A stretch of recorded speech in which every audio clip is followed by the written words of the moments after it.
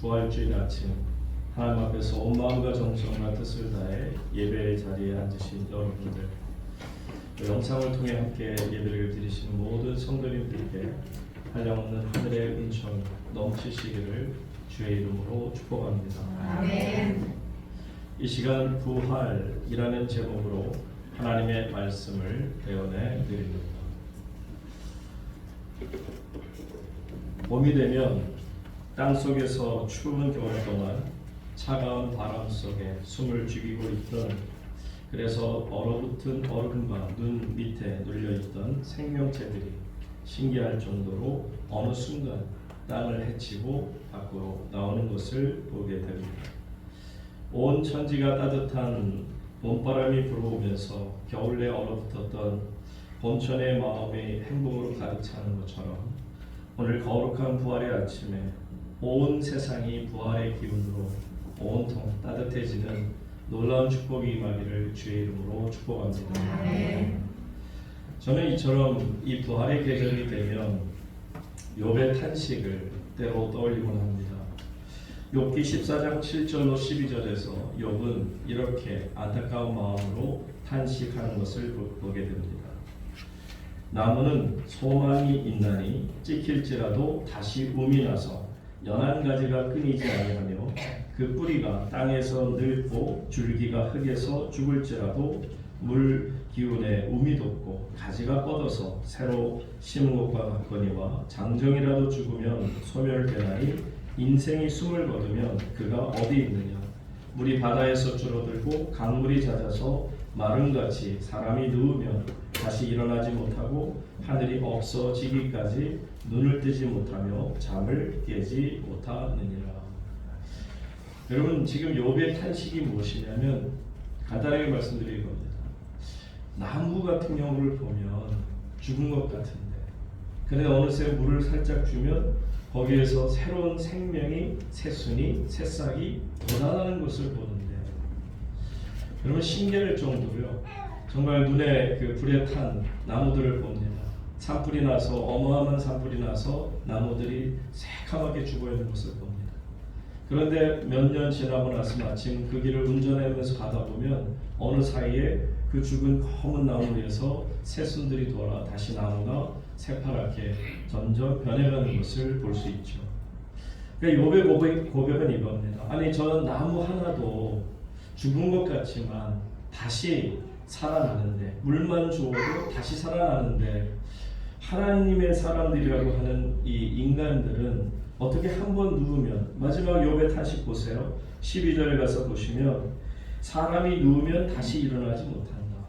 하늘이 없어지기까지 어떻게 해요? 눈을 뜨지 못하며 잠을 깨지도 못한다. 그러니까 인간의 너무 나약한 모습을 봅니다. 아니, 나무도 다시 살아나는데 어떻게 우리 인간들은 이렇게 살아날 소망조차가 없는가 하는 것이 욥의 탄식입니다.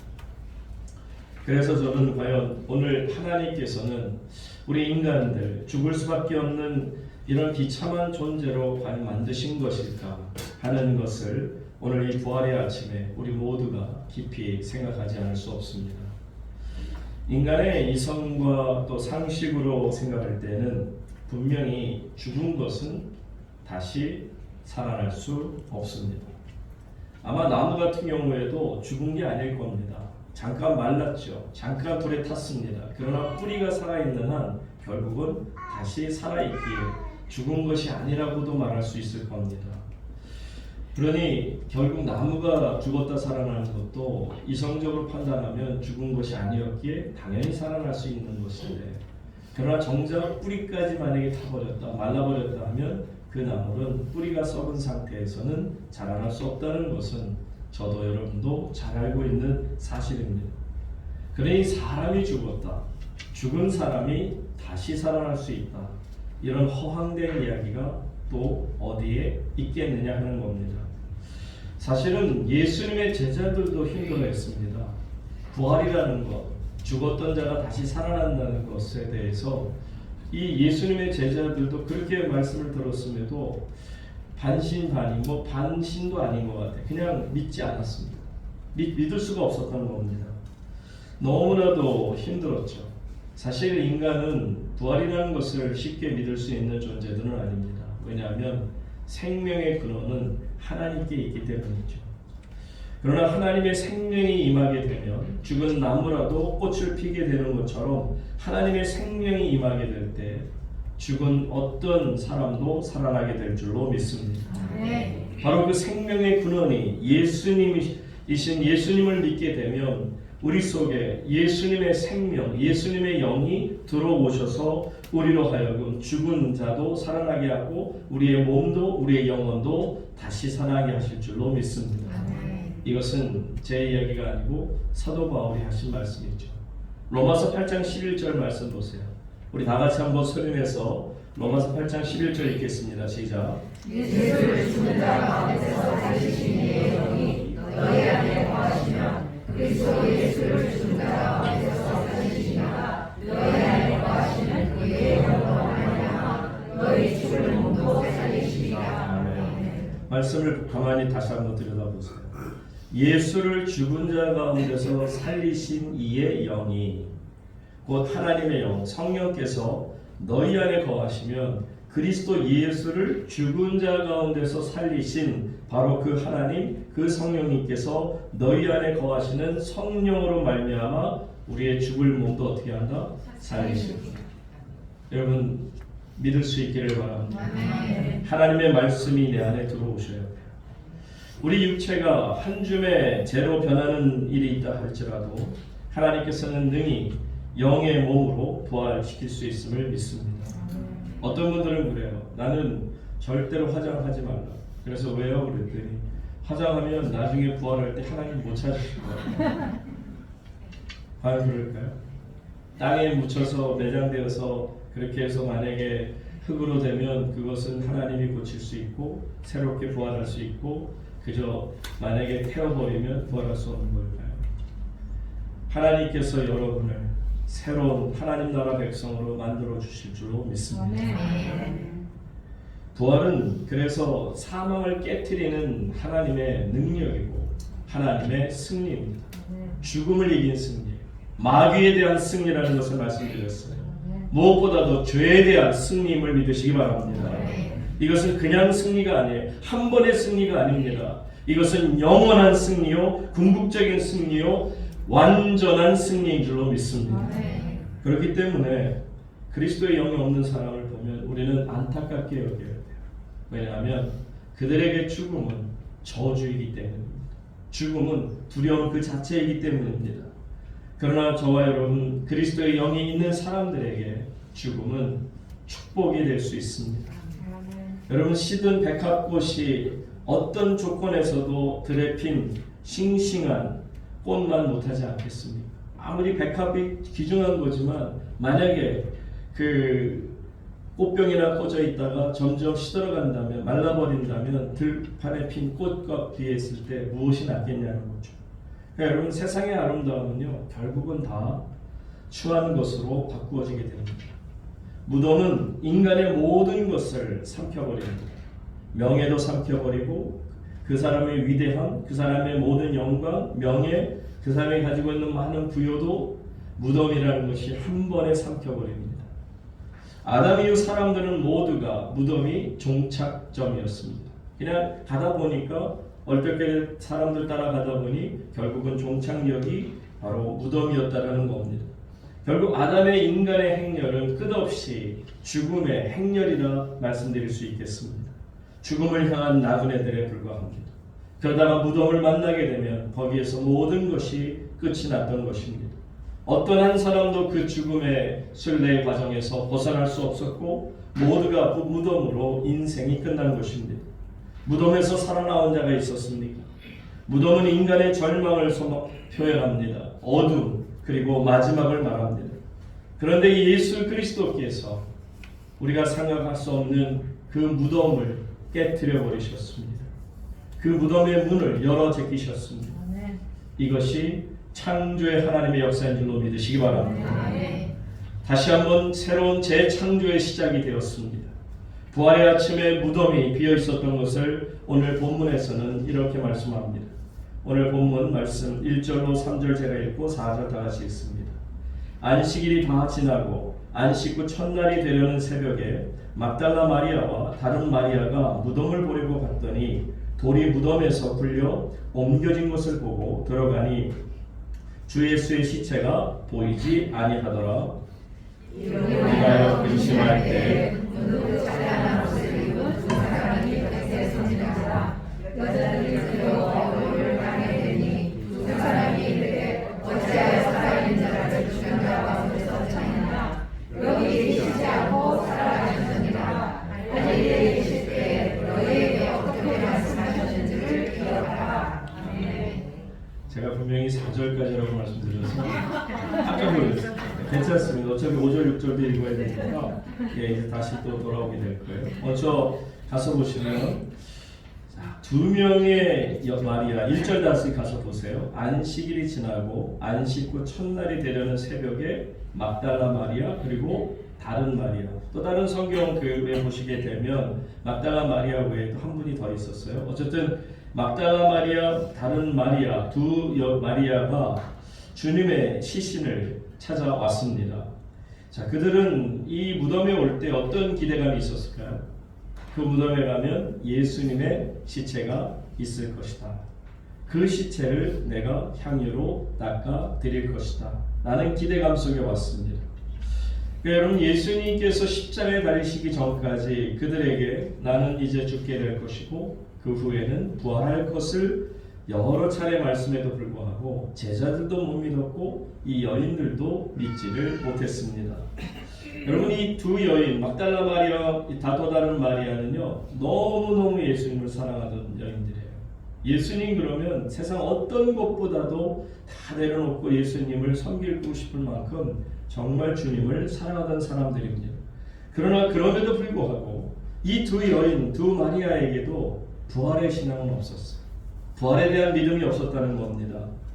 여러분, 그분들이 무덤에 찾아온 것은 너무 정말 남정네들, 제자들도 못하는 일을 했으니 대단한 일을 한 것이지만 그들이 온 이유는 부활을 확인하고자 믿기에 온 것이 아니었다는 것은 똑같습니다.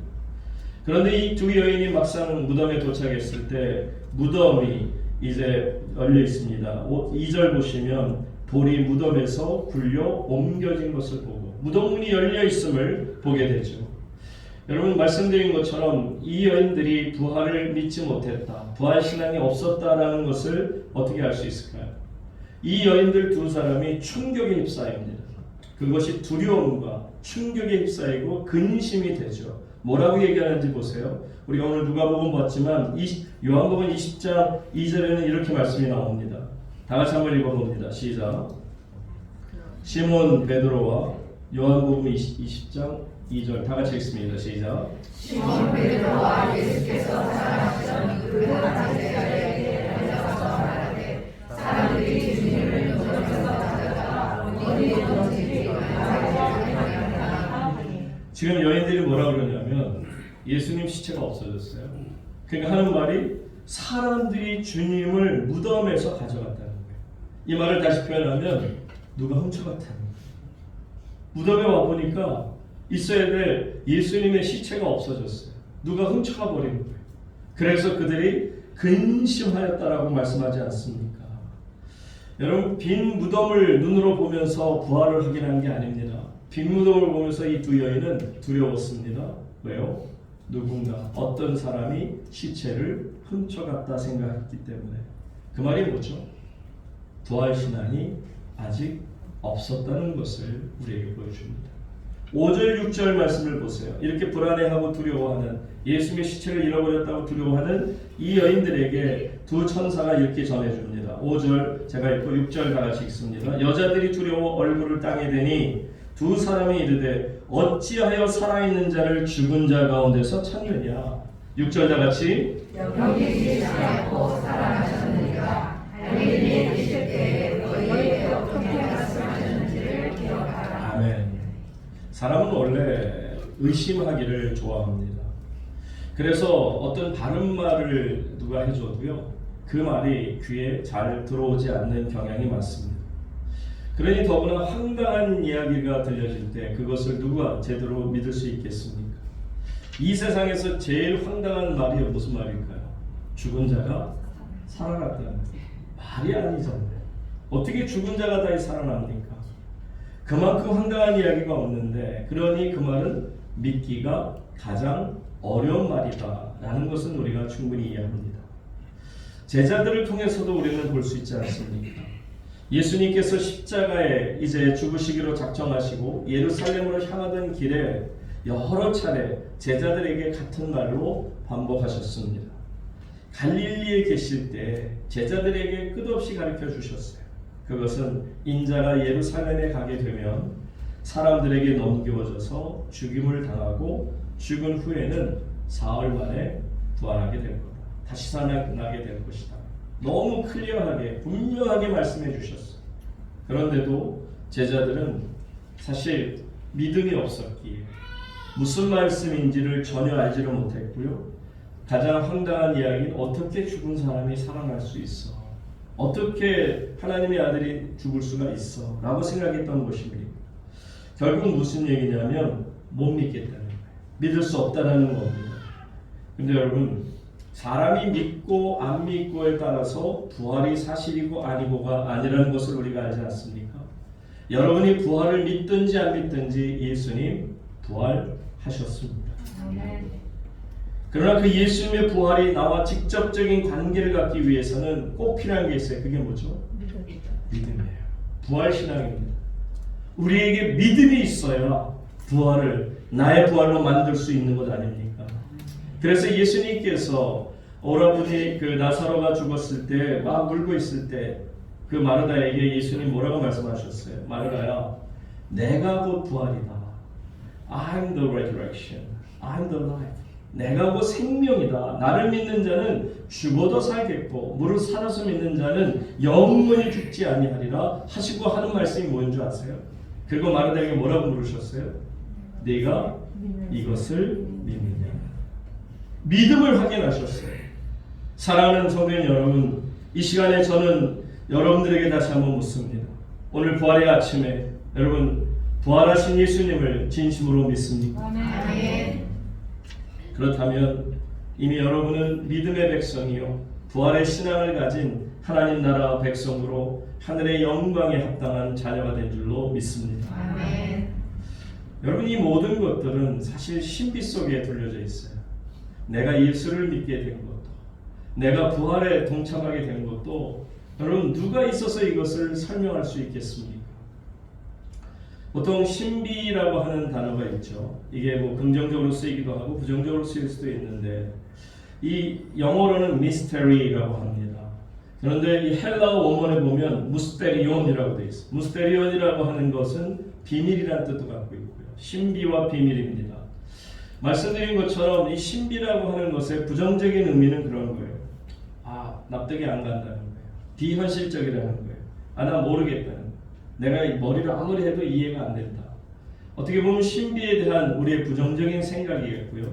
또 그러나 또 긍정적으로 보는, 신비를 긍정적으로 보는 분들이 있어요. 그분들은 나는 잘 이 머리로 이해할 수는 없지만 하나님의 말씀이 그러하다면 이것은 하나님 안에서 사실이 될 줄로 믿습니다. 왜냐하면 적어도 내가 알고 모른다는 것이 사실이냐 아니냐 하는 것과는 별도의 문제라는 것을 이해하는 분들이죠. 여러분, 생명의 신비가 얼마나 놀랍습니까? 먼저 여러분 보세요. 한번 나 자신을 놓고 보세요. 나 자신을 놓고 볼 때 내가 한 생명체예요. 엄마 뱃속에서 10개월 동안을 머물다가 그러면서 거기에서 온몸과 정말 심장까지 마음까지 받고 엄마의 목소리를 듣고 아빠의 목소리를 듣고 그렇게 하다가 이 땅에 태어났어요. 여러분, 인간의 탄생부터가, 출생부터가 참 신비롭지 않습니까? 어떻게 저렇게 기가 막힌 아이가 나올 수가 있습니까? 그 다음에 보시게 되면 또 이 생명의 신비가 놀라운 것, 태어나는 것도 놀라운 신비로운데 성장하는 것도 신비롭습니다. 아니 어떻게 그 정말 요 주먹만 했던 것이 저렇게 무럭무럭 그냥 엄마 젖 먹은 것밖에 없는데 어떻게 저렇게 토실토실하게 건강하게 아름답게 그러면서 무럭무럭 자라면서 엄마 아빠 좋은 점만 골라 담을 수 있을까? 저는 엄마 아빠 곧 좋은 거가 아닌 나쁜 것만 골라 담. 어쨌든 참 이렇게 기가 막힌 성장의 신비가 있는 것 같아요. 자라나는 것도 보면 와 매일매일 혀를 내둘러 어떻게 저렇게 정말 신비로운 일이 있을까. 몸은 몸대로, 뼈는 뼈대로, 정신은 정신대로, 저렇게 목소리는 목소리대로 정말 성장하는 아름다움이 있습니다. 그 다음에 이제 세 번째로 보면 이 생명의 신비가 놀라운 것처럼 죽음의 신비도 놀라워요. 여러분 죽으면 아무것도 아닌 건가요? 그냥 사라지는 건가요? 무로 돌아가는 겁니까? 아닙니다. 뭐 없어진다, 뭐 사라진다라고 말하지만 여러분 죽음의 신비라는 것은 생명이 육체 가운데 있다가 그 육체가 떠나가는 순간 자유로워지는 신비가 있습니다. 그것이 지옥으로 떨어지든 하늘로 올라가든 여러분 이것은 생명의 신비요 놀라운 변화라는 것을 알아야 합니다. 이처럼 출생의 신비로움, 성장의 신비로움, 죽음의 신비로움이 있습니다. 그런데 마지막으로 가장 놀라운 신비가 있죠. 바로 부활의 신비인 줄로 믿습니다. 여러분 우리가 죽음의 신비를 알든지 모르든지 상관없어요. 부활의 신비가 놀라운 것은요. 여러분이 알거나 모르거나 여러분들이 출생의 신비를 알거나 성장의 신비를 알거나 모르거나 죽음의 신비를 알거나 모르거나 상관없이 부활 사건을 경험하게 되는 놀라운 생명의 신비가 여러분에게 있을 줄로 믿습니다. 예수님 이것 때문에 오시는 거예요. 다시 오시는 예수 그리스도께서는 우리에게 생명의 신비, 부활의 신비를 주시고자 오시는 겁니다. 자 이렇게 보면 사실 하나님 앞에서는요 우리는 뭐 신비롭다, 기적이다 그렇게 얘기하지만 하나님 앞에는 기적이라는 게 없어요. 모든 게 다 자연스러운 일 뿐이에요. 여러분 창조의 역사가 얼마나 신비롭습니까? 그런데 하나님께는 창조의 신비가 아니에요. 그냥 하나님이 기쁨으로 만드신 거예요. 여러분 부활의 신비가 하나님께 신비로울까요? 부활의 신비도 우리가 창조의 신비가 신비로운 것처럼 부활의 신비도 우리는 놀랍지만 하나님께서는 당연히 준비하신 하나님의 역사인 줄로 믿으시기 바랍니다. 그러므로 창조의 신비가 놀라운 것처럼 우리가 예수 그리스도의 부활의 신비가 재창조의 신비로움을 우리에게 가르쳐주고 있다라는 겁니다. 여러분 하나님 앞에는 기적이라는 것이 없습니다. 다만 창조의 역사가 있을 뿐이고 생명의 역사가 따라오는 것뿐입니다. 부활은 생명의 신비입니다. 그렇기 때문에 이 생명의 신비를 맛본 사람들은요 하나님 앞에서 새로운 생명이 내 안에 임하기를 기도하는 순간 여러분 안에 놀라운 생명이 잉태될 줄로 믿습니다. 말씀드린 것처럼 자라나는 새순을 보시기 바랍니다. 다 죽은 것 같았어요. 말라버린 것 같았어요. 그냥 얼어붙은 땅 같았어요. 얼어붙은 모든 정말 그 구약 성경에 나오는 사라의 태가 완전히 나이가 들어서 다친 것처럼 보였습니다. 그런데 하나님께서 그 태를 여시고 생명을 허락하여 주시는 것처럼 얼어붙은 땅에서 기가 막히게 새싹이 돋아나는 생명을 보지 않습니까? 이런 놀라운 하늘의 역사가 부활의 신비요 부활의 생명의 역사인 줄로 믿습니다. 여러분 부활이라는 단어는 알라게스메다입니다. 알라게스메다라는 뜻은 변화한다는 뜻이에요. 변화한다. You shall be changed. 당신은 분명히 변화된다라는 것을 말하죠. 부활은 생명의 변화예요.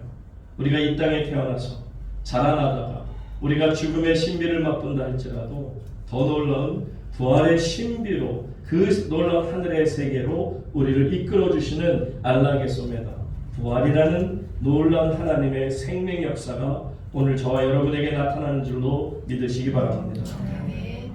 여러분 한번 예를 들어서요. 만약에 지금 누군가가 여러분이 정말 생각할 때 암이라는 것이 아직도 우리를 괴롭히고 있는데 이 암을 만약에 정복할 수 있는 어떤 약을 발명했다 생각하세요. 그래서 어떤 암에 걸렸든지 그 약을 먹는 사람마다 그 암에서 이제 건강해질 수 있다라고 생각한다면 온 세계 사람들이 흥분할 일이 될 것입니다. 아마 어떤 사람은 돌아다니면서 내가 이 약을 먹고 이렇게 다시 건강해졌는데 여러분도 반드시 먹어야 합니다. 소리 지르지 않을까요? 암을 정복한 약이 발명됐다 하는 것만으로도 여러분 놀랄 일입니다. 그런데 여러분 아셔야 돼요. 한계가 뭐냐면 정말 그런 약이 개발되어서 사람의 암이 다 떠나간다 한들 죽음을 치료하는 약은 아니에요. 암을 치료하는 약은 맞을지라도 죽음을 치료하는 약은 아니에요. 내가 아무리 암에서 벗어난다 한들 이제 때가 되면 하나님의 부름을 받을 수밖에 없습니다. 그러니 여러분, 그 약이라고 하는 것도 죽음에 대한 치료가 아닌 잠깐 죽음에 대해서 좀 시간을 이 땅에서 길게 갖겠다, 조금 연장시키는 것에 불과하다는 거죠. 그러니 여러분, 이 죽음에 대한 완전한 해답이 무엇이냐? 바로 그것이 The Resurrection, 부활인 줄로 믿습니다. 이 부활이 참으로 사실이라면 여러분, 그리고 여러분과 저의 부활이 분명히 보장되었다는 사실을 믿는다면 우리처럼 큰 축복을 받은 사람이 또 어디에 있겠습니까? 우리는 이성이나 경험이나 상식, 합리적인 사고의 틀 속에 살고 있기 때문에 부활 사건이 처음 전달되었을 때는 우리도 부활 신앙을 그대로 믿음으로 받아들이기가 어려웠을 것입니다. 마치 예수님께서 무리를 걸으셨다는 말을 객관적으로 우리가 아무리 이해하려도 이해할 수 없는 것과 마찬가지로 여러분, 믿음을 갖기까지는 나름대로 시간이 필요한 것이 압니다. 확실하기까지는 시간이 걸릴 수 있습니다. 그러나 여러분, 우리가 보는 것처럼 말씀을 읽고 기도를 하고 의심하고 그러다가 또 믿었다가 또 의심했다가 또 믿었다가 이렇게 세월이 지나다 보니 점점 내 마음속에 믿음, 확신이, 부활신앙이 들어오는 줄로 압니다. 두 여인도 처음에는 부활을 못 믿었잖아요. 그래서 누군가가 예수님 십체를 가져갔어요. 걱정하고 근심했잖아요. 그런데 여러분, 이 두 여인에게는 부활신앙이 생겼어요. 어떻게 생긴지 한번 볼까요? 혹시 여러분 이 자리에 아직 부활신앙이 나에게 없는 사람이 있다면 이 두 여인이 어떻게 부활신앙을 갖게 되는지 한번 보시기 바랍니다. 자, 첫째는요, 이 여인 둘이 무엇을 보았다? 빈 무덤을 보았어요. 그들이 달려갔을 때 무덤에 돌이 옮겨져 있었어요. 그러고 나니까 빈 무덤을 분명히 보았습니다. 빈 무덤을 보았기 때문에 그들은 부활로 나아갈 수 있게 되었죠. 사랑하는 여러분, 빈 무덤을 보는 것만으로 부활의 신앙을 가질 수는 없지만 그러나 이것이 부활 신앙의 시작이라는 것을 아셔야 돼요. 여러분들이 빈 무덤을 체험할 수 있기를 주의 이름으로 축복합니다. 두 번째로는 이 빈 무덤을 본 다음에는요, 이 6절 말씀에 다시 가서 보세요. 뭐라고 말하는지. 여기 계시지 않고 살아나셨느니라. 갈릴리 계실 때 너희에게 어떻게 말씀하셨는지를 어떻게 하라? 기억하라. 사랑하는 성도인 여러분, 하나님의 말씀을 기억하는 것, 하나님의 말씀을 받아들이는 것, 하나님의 말씀을 깨닫는 것, 하나님의 말씀을 믿는 것이 빈 무덤을 본 것과 더불어서 놀랍게도 예수 그리스도께서 부활하신다는 사실을 말씀하셨던 것, 갈릴리에서 여러 차례 말씀하셨던 것이 기억나는 순간 부활신앙의 중간으로 들어갈 수 있는 거예요. 그리고 나면 세 번째, 우리가 빈 무덤을 보고 예수 그리스도께서 다시 살아나시는 것을 우리가 말씀을 통해 지금처럼 듣고 기억나게 되는 순간 예수 부활이 어떻게 해요? 나의 부활이 되는 거예요. 여러분, 예수님이 부활하심처럼 여러분도 부활의 신앙을 가지고 부활의 아침에 여러분들 부활에 동참하는 하나님의 거룩한 백성이 되시기를 주의 이름으로 축복합니다. 여러분, 내 슬픔이 기쁨으로 변하는 체험이 얼마나 놀랍습니까? 내 근심이 기쁨으로 되는 것이 얼마나 놀랍니다. 여러분, 교회에 나오면서도 신앙생활을 하면서도 부활하신 예수님을 만나지 못하고 나의 부활로 경험하지 못한 분들을 보시게 되면 너무너무 안타까워요. 여러분들이 신앙생활을 하는 가운데 경험한 바가 있지 않습니까? 어떤 분들은 나는 교회를 다닌다 하면서 교리에 묻혀 삽니다. 전통에 파묻혀 삽니다. 형식에 파묻혀 삽니다. 단지 종교적인 생활을 할 뿐입니다. 이런 분들에게는 우리가 부활신앙을 어찌 기대할 수 있겠습니까? 여러분 모두에게 예수 그리스도의 영이 임하심으로 부활의 생명이 넘치시기를 축복합니다. 아멘. 여러분, 부활 생명이라는 것은 단지 우리가 죽고 난 다음에 사후 세계 하나님 나라 들어가는 것만으로 끝나는 것이 아닙니다. 여러분들이 이 땅에서 예수 그리스도를 부활을 믿게 되면요, 이 땅에서 이미 날마다 일상적인 삶 속에서 부활을 경험하며 살기 때문에 모든 일에 감사가 넘치지 않을 수가 없어요. 국민일보 겨자씨에 나왔던 이야기를 그대로 여러분들에게 말씀을 드립니다. 한 마을에 꽃 파는 할머니가 계셨는데 굉장히 어려운 삶을 사셨습니다. 얼굴에는 깊은 주름이 파여 있었지만 그런데도 이 할머니는 얼굴에 웃음이 떠나지를 않았습니다. 그분이 파는 꽃처럼 이 할머니의 아름다운 얼굴은 모든 사람들에게 참 감동을 주죠. 그래서 사람들이 그 할머니에게 와서 묻습니다. 할머님, 생활도 공공하고 외로우신 것 같은데 이렇게 꽃을 팔면서도 항상 웃음을 가지고 있으니 어떻게 그런 삶을 사실 수 있는 겁니까? 그때 할머니께서 웃음을 얼굴에 만연해 피우면서 다음과 같이 말합니다. 나 같은 사람인들 왜 괴로움이 없겠습니까? 나는 나이 늙어서 자식들도 없고 외롭게 혼자서 살고 꽃을 팔고 사는데 잘 팔릴 때도 있고 안 팔릴 때도 있고 또 나이 먹었으니 몸이 아플 때도 있고 안 아플 때도 있는데 그래도 내가 늘 웃음을 가질 수 있는 것은 예수 그리스도 때문인 것입니다. 왜냐하면 예수님께서 금요일 날 십자가에 못 박혀 처절한 절망으로 죽으셨지만 주일날 아침 3일 만에 부활하셨습니다. 그러므로 나는 항상 내 인생에 고통과 괴로움이 다가오면 3일만 기다리자. 오늘 내일 고통이 나를 힘들게 해도 3일째 되는 부활의 날에는 주님께서 부활하신 거죠. 내게 즐거움이 다가올 것이니 절망하지 말고 꼭 3일만 기다리자. 여러분, 성경은 우리에게 말씀하세요. 예수님 말씀하세요.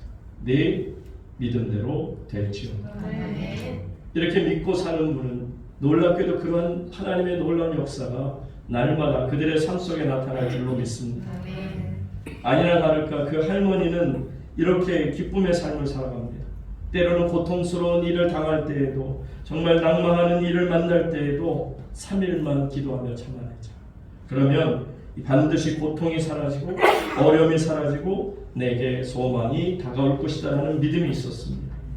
그래서 그분은 절대 절망의 고통 속에서도 죽으신 지 3일 만에 부활하신 예수를 믿는 부활 신앙으로 행복할 수가 있었던 것이죠. 사랑하는 성도님 여러분, 여러분도 부활 신앙을 갖게 되면 꼭 내세 하나님 나라 가는 것 이전에 우리가 몸담고 살고 있는 이 땅에서도 날마다 여러분들의 하루하루 삶이 주의 은혜로 가득 차게 될 줄로 믿습니다. 주님은 어떤 절망 속에서도 우리에게 소망으로 부활을 주시고자 합니다. 부활은 죽음을 이기고 살아나는 것이 부활입니다. 절망을 이기고 소망으로 나아가는 것이 부활입니다. 여러분들에게 이러한 놀라운 삶의 역사가 나타나기를 바랍니다. 오래전부터 인류는 문명을 발전해 오면서 옷이나 천에다가 이쁘게 자수를 놓게 되는 것을 봅니다. 여러분도 아시겠지만 조선시대 여인들이 자수를 놓습니다. 그런데 자수를 놓는 여인은 어떤 생각을 가지고 자신의 작품을 생각하면서 멋진 아름다운 그림을 그리면서 그것을 한 땀 한 땀 바늘을 꿰어가겠죠. 그런데 문제는 뒤에서 보면 It's nothing. 아무것도 아니에요. 완전히 그냥 혼란 상태. 저게 도대체 뭐를 저 양반이 뭐를 만들려고 저렇게 열심히 한 땀 한 땀을 뜨지? 청색홍색 실로 열심히 술을 놓지만 뒤에는 얽히설키 지저분하게만 보일 뿐입니다. 근데 여러분, 정작 작품이 끝나고 나서 그 작품을 돌려서 보여주면 사람들이 와 진짜 이쁘다. 나비도 날아가고 정말 시냇물도 흐르게 되고 산새도 이쁘고 정말 감탄할 수 있는 작품이 만들어질 수 있잖아요.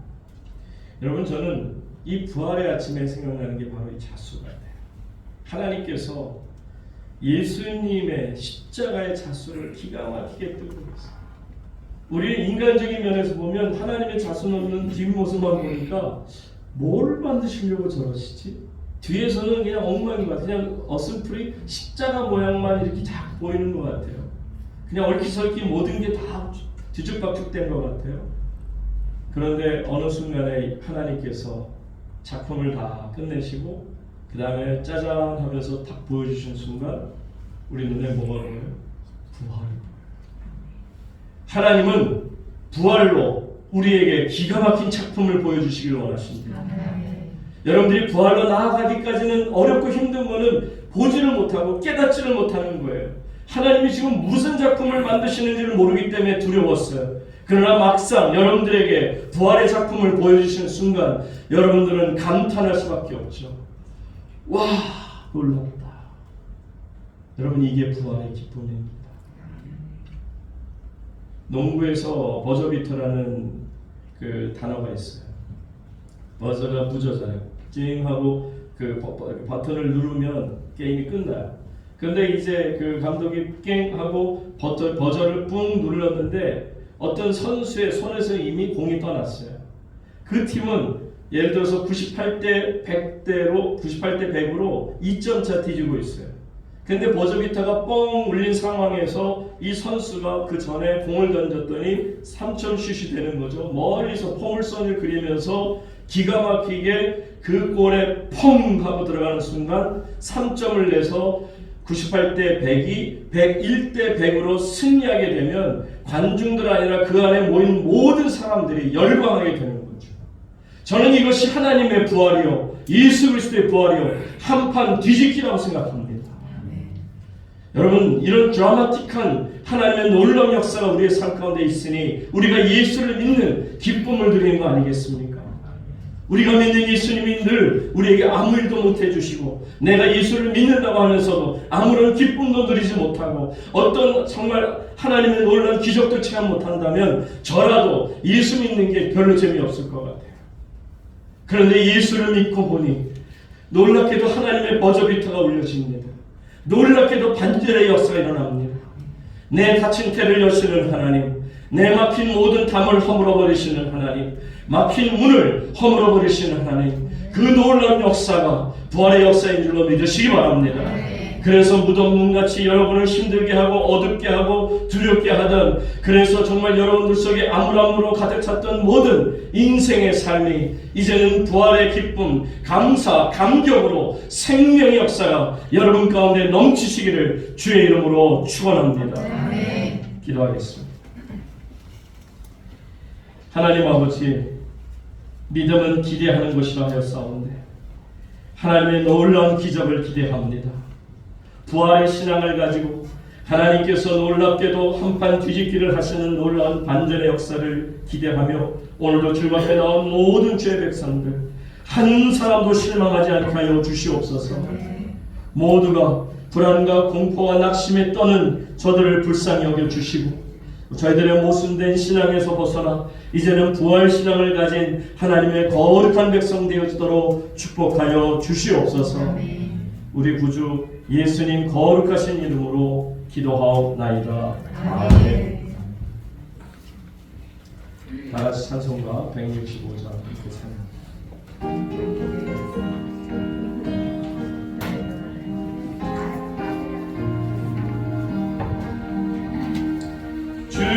주님께 영광, 다시 사신